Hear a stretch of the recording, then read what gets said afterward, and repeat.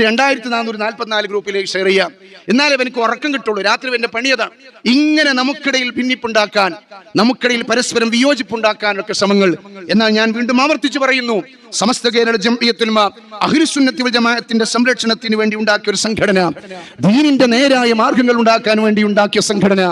ആ സംഘടന ഏത് രാഷ്ട്രീയ പ്രസ്ഥാനത്തിൽ നിന്നും ദീനിന് വിരുദ്ധമായിട്ടുള്ള കാര്യങ്ങൾ കാണുമ്പോൾ അത് കൃത്യമായിട്ട് പറയുകയും ഇടപെടുകയും ചെയ്യും.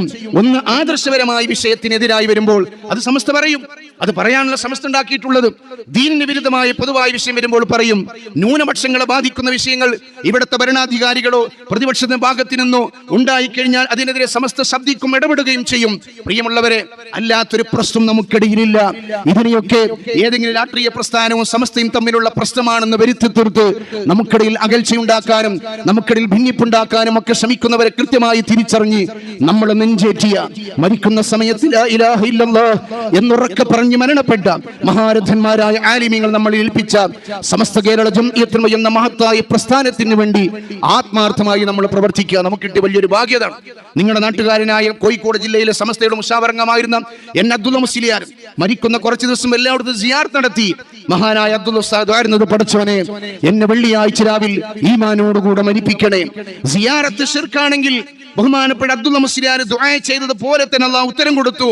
വെള്ളിയാഴ്ച രാവിൽ ബഹുമാനപ്പെട്ട അബ്ദുൽ ഉസ്താദ് മരിക്കുന്നു, കലിമ ചൊല്ലിക്കൊണ്ട് മഹാനവറുകൾ മരിക്കുന്നു. അല്ലാഹു ദർജ ഉയർത്തി കൊടുക്കട്ടെ. അപ്പോൾ അവസാനമായി ചെയ്ത പണിയും ഇവിടെ ബിദ്അത്തുകാര് പറയുന്ന പോലെ ശിർക്കായ പ്രവർത്തനങ്ങളാണ്.